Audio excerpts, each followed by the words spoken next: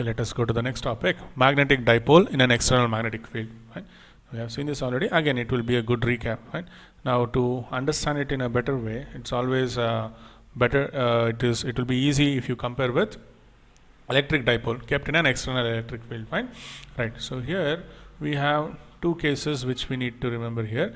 What happens if you keep this magnetic dipole in an external magnetic field B? Okay, fine. Now there can be two cases where B is uniform, that is the external magnetic field is uniform, and it can be non-uniform also, right? So first case, let us see what happens if B is uniform and what if the B is non-uniform, that is the external magnetic field is non-uniform. Okay, right.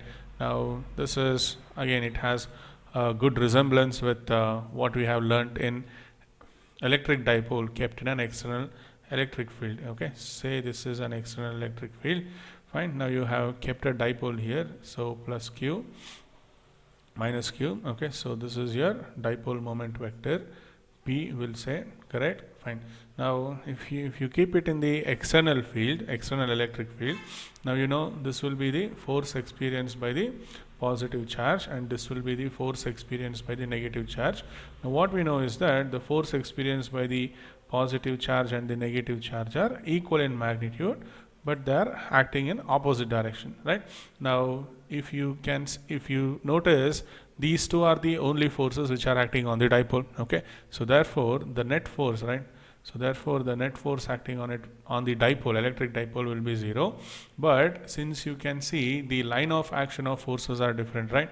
So you can observe this is the line of action of F plus Q. Now this is the line of action of, that is the bottom dotted line. Okay, so this line, it is the line of action of plus Q, F plus Q, and this is the line of action of the force acting on the negative charge, right? Since the line of action is different, so you will see some torque. Okay, so you can say torque is actually not 0 here. Okay, torque tau is not equal to 0. Now can torque become equal to 0? Yes. So torque can be 0 if the angle, right? So you will define the angle between the electric dipole, that is electric dipole moment vector, and the external electric field, right? Now this is the direction of P. Fine. So this is actually the direction of P, right? So this is the direction of P, and angle between P and E, we'll take it as theta, right? As you all know. Now if theta is 180 degrees or 0 degrees, okay, you will see torque is actually 0. Okay, now exactly on the same grounds, we will try to discuss what will be the torque what will be the torque or force, right? And next we will even go consider the potential energy, work done, and potential energy also, right? Now what happens if you keep this electric dipole in a non-uniform magnetic electric field? For example, see like this. So what you can see here is electric field, you know about the crowd. If you see the electric field is crowded, right? So as and when you go from left to right in this particular diagram, the electric field strength is increasing, right? Now in that case, if you keep an electric dipole, for example, this is plus Q and this is minus Q, right? Now here the force acting on the positive charge, it will be of greater magnitude because of greater electric field strength. Now what do we give force as? Q into E, correct? Right. Now the force acting on the negative charge, it will be F minus Q. So from this diagram, with respect to this diagram, you can say force acting on the positive charge will be greater than the force acting on the negative charge, and these two forces, they have a different line of action of forces, right? So therefore here the net force is some finite value, it is not 0, and torque, right? So torque is also not 0. Okay, torque is also not 0, right? So yeah, right. Now this is electric dipole if you keep it in a non-uniform external electric field. Okay, so this clearly tells you that electric field is non-uniform. Okay, now exactly on the same grounds, we will try to discuss what happens for this magnetic dipole kept in an external magnetic field. Fine. Now just by going by the same definition, say this is the external magnetic field B. Okay, now we will take a magnetic dipole. A good example is you can take a bar magnet, you can take a loop also, correct, current carrying loop also, fine. Now if you consider a bar magnet, see we have discussed this already, it's not that difficult. Now let us say this is the north pole and this is the south pole. Now for north pole we'll associate a magnetic charge plus qm. Now for this we'll associate minus qm. Okay, now the magnetic dipole moment vector, it will be this way, and the angle between magnetic moment and the external magnetic field is this, right? Now since here we have taken the B to be uniform, okay, we have taken B to be uniform. Now let us see what are the forces what is the force that will act on this bar magnet, that is the magnetic dipole. Okay, right. Now here the force acting on the bar magnet, see here you can make a good analogy between this force acting on the charge, electric charge kept in an external electric field, right? Now same way you can talk about force acting on this magnetic charge kept in an external magnetic field, right? So that force acting on the magnetic charge, so you can write it here, force acting on the magnetic charge, correct? So that will be given by F mag, you can write, so that will be equal to, now electric charge into electric field will write, similarly we'll write magnetic charge into the external magnetic field value. This is all, okay, that is all we'll write, fine. So same way you can say the force acting on this north pole, okay, the force acting on this north pole, that is the positive charge, it will be you can say FQM, okay, so that will be equal to, you can simply say F1, okay, yeah, F1, that will be equal to QM into B, alright. Now similarly the force acting on the south pole, right, the force acting on the south pole, it will be this way. Now that you can call it as minus qm into B, okay. The magnitude will be the same, only thing is that the directions are opposite, fine. So you can say here the magnitude of F1 is equal to the magnitude of F2, okay, right. So this is the magnetic force acting on this dipole, fine. Now if you keep this magnetic dipole in a uniform magnetic field, now what we notice is that since the forces are equal and opposite, the net force acting on this dipole will be 0 and torque may or may not be 0, okay. So torque is not 0 and torque will be 0 only if theta is equal to 0 degrees, otherwise 180 degrees, okay, 0 degree or 180 degree you can say, fine, okay. So you can clearly understand from this diagram here, right? Now again we are theta, right? Theta is the angle between the magnetic moment and the external magnetic field, so this angle is what we have considered, okay, right. Now what happens if you keep it in a non-uniform magnetic field? Example, you can take this way itself, right? Now the magnetic field strength is more, okay, when you go from left to right in this particular diagram, okay. Now when you keep a magnetic dipole in that, okay, when you keep a magnetic dipole in that, for example, you can consider a bar magnet here, okay. So you can say plus qm minus qm, right, and the direction of the magnetic moment is this way, correct. Now at that particular you can say place where you have kept this bar magnet, try to find out theta, otherwise it's not needed. So you can say the force acting on qm, right. Now the force acting on the positive magnetic charge, okay, so that you can call it as F1. Now force acting on the negative magnetic charge, it will be F2. Now as you know, we wrote F is equal to, that is force acting on the magnetic pole or the magnetic charge, it will be given by the value of the magnetic charge multiplied by the strength of the external magnetic field, right. Now since the magnetic field which is present at the location of the north pole, that is here you can call this as north pole and south pole, okay. At the north pole, you are at the location of the north pole, you are seeing the strength of the magnetic field is actually more, right. So therefore you can say F1 is greater than F2. So this tells you that the net force is actually not zero. Okay, and you can also say net torque is also not zero. Okay, net torque will also be not zero. Fine. And here also the same thing goes. So torque will be zero if theta is equal to 0 or 180 degrees. Okay, right. Whenever you see rotation due to the action of two equal or unequal forces having different line of action, then if the body rotates, only then you can say torque is acting on it. Is it not? Fine. Now let us come back here. Next, let us see magnetic dipole in an external magnetic field. That is, what will be its, or you can say, first let us discuss on the torque, right? Torque acting on the magnetic dipole when it is kept in an external magnetic field. Now, from now onwards, let us consider uniform magnetic field only. Okay, right. So next you can say torque acting on a magnetic dipole in a uniform magnetic field, right? This is actually an external magnetic field. Fine.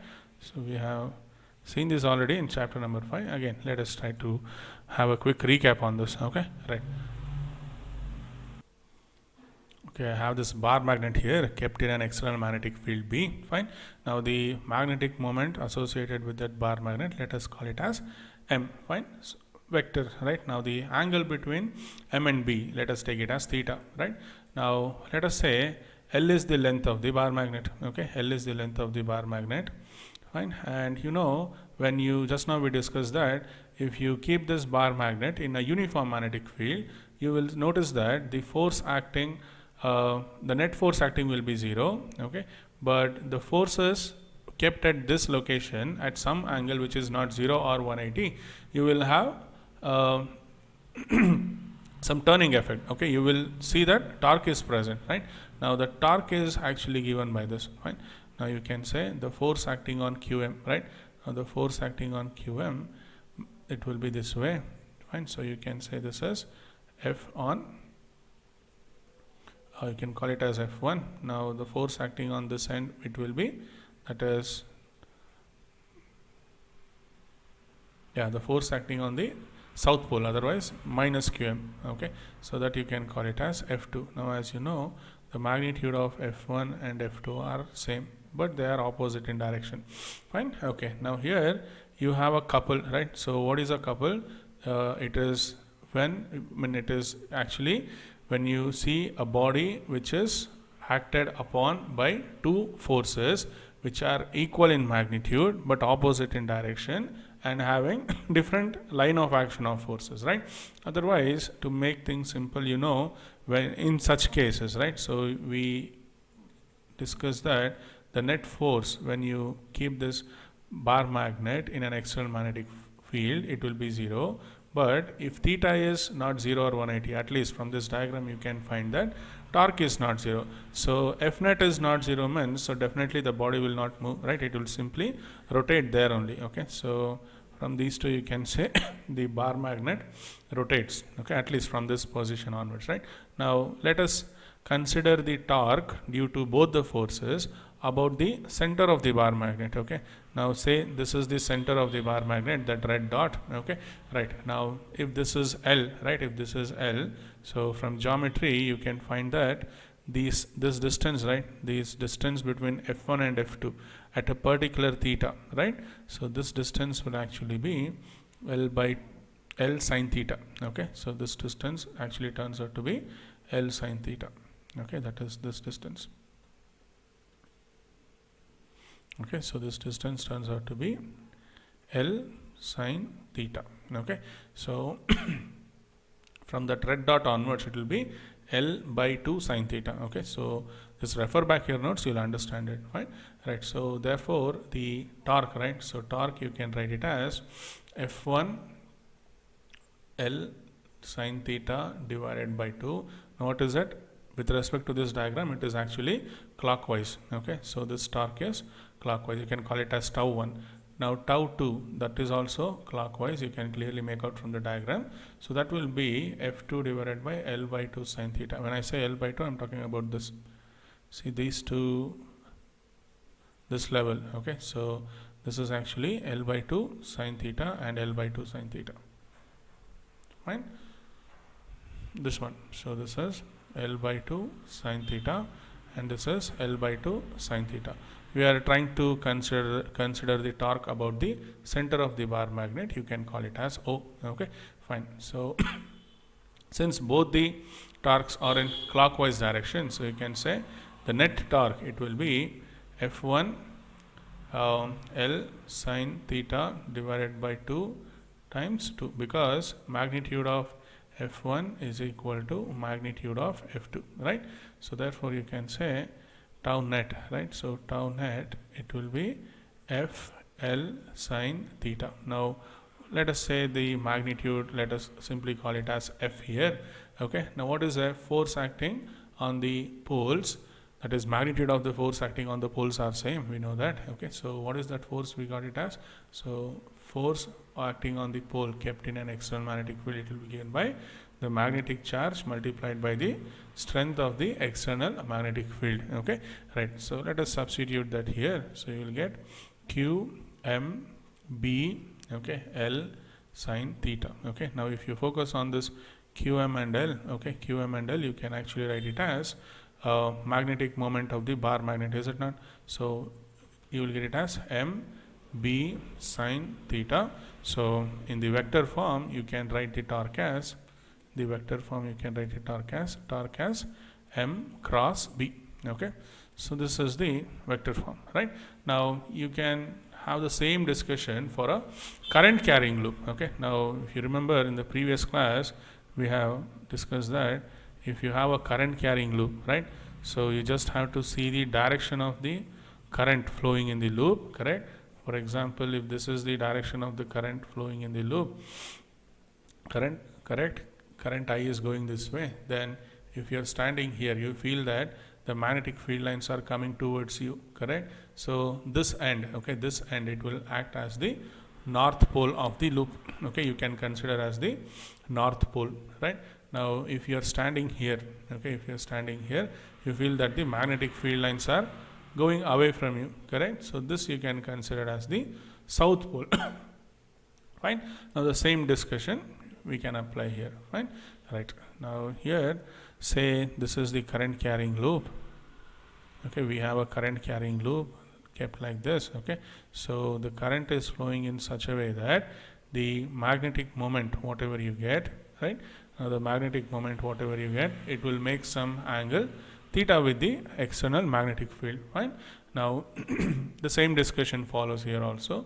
So here also you can say the torque acting, right?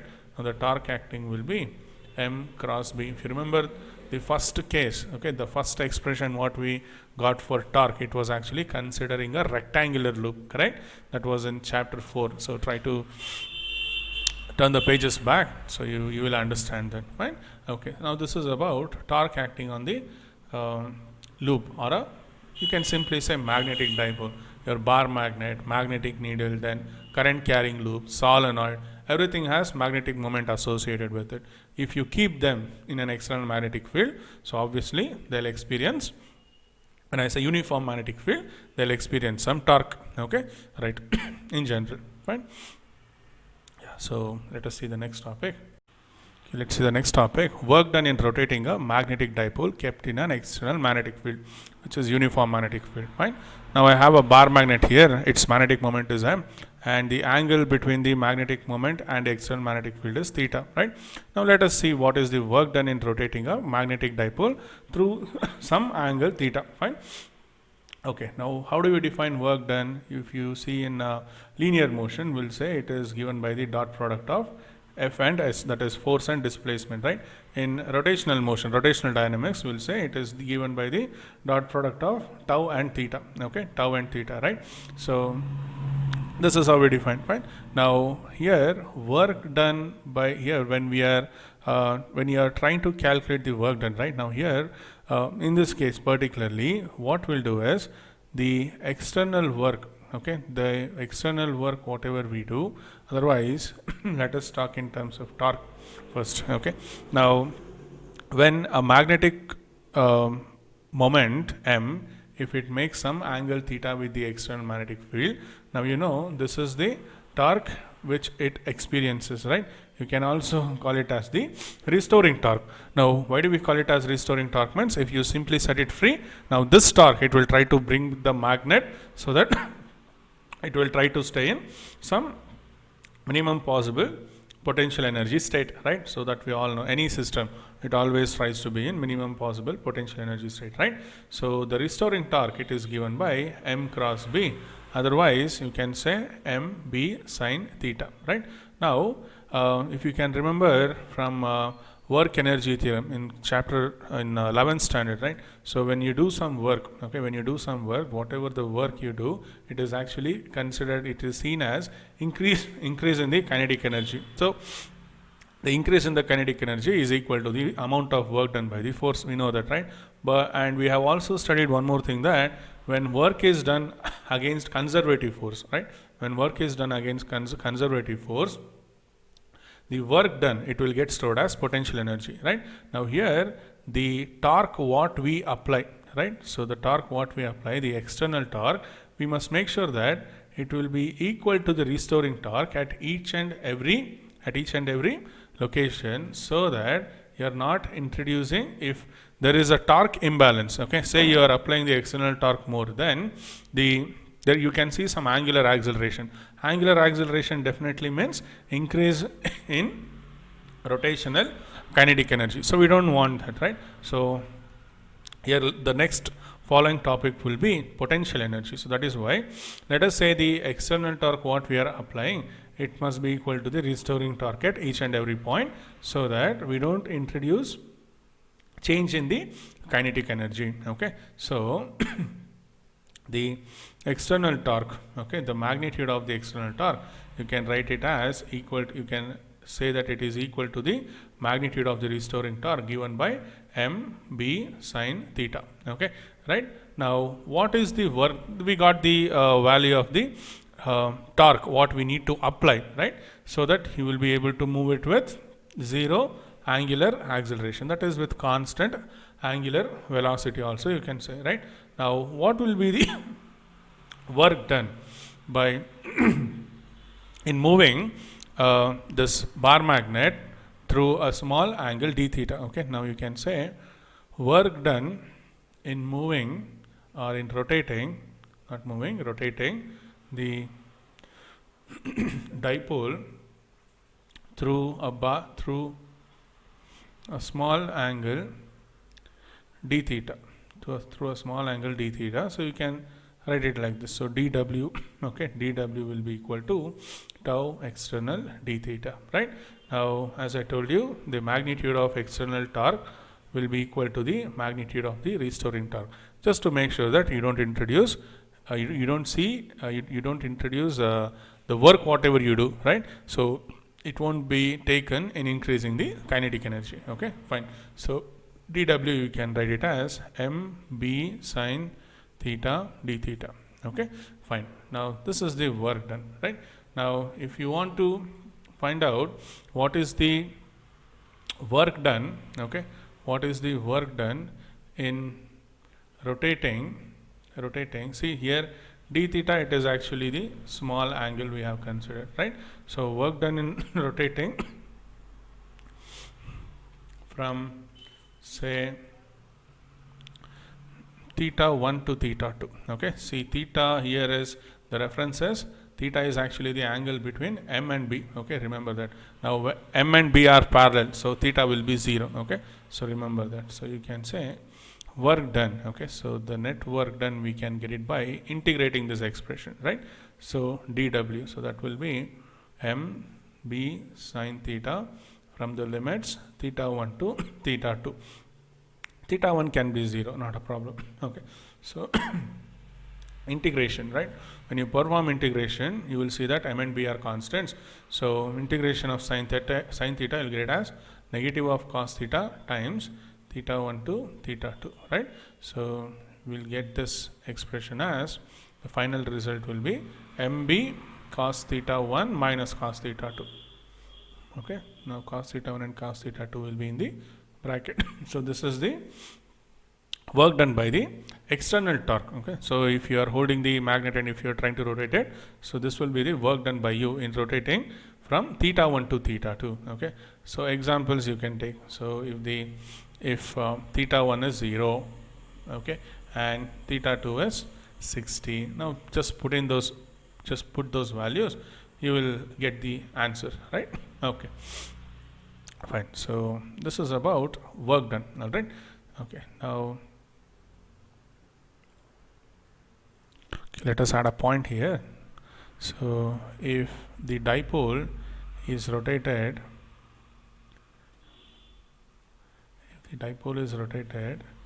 from the direction of the magnetic field, that means, say, initially the magnetic dipole and magnetic field are in the same direction, okay, like this. So the diagram will be like this. So this will be the external magnetic field, let us say. Fine. Now the magnetic dipole is kept like this. So north pole is towards the right, and this is how the magnetic moment is there, right? Now so what you can say, theta 1 is 0, right? So theta 1 is 0. Say from this position onwards, okay, you'll rotate it to something like this. Okay, so you will rotate it something like this. Okay, so that m will make some angle theta now. Okay, m will make some angle theta, right? So say this is theta. Okay, right. So this is the initial position and this is the final position. Okay, so from here you can say, if you substitute in that equation, so you can say theta 1 is 0 and theta 2, theta 2 is theta itself, right? So theta 2 is theta 1 is 0, fine. Now if you put it in that equation, work done, it will be given as mb cos theta 1 minus cos theta 2. So if you put that here, you will get it as mb. Now cos 0, it is 1, cos theta 2 is simply cos theta. So it tells you, will give a small subscript here, we'll write it as w theta. Okay, so this tells you work done. Okay, w theta tells you that work done in rotating the dipole, through an angle theta. Okay, starting from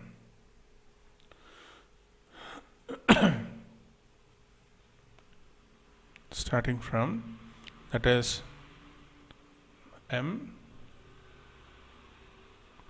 starting from ms, you can say,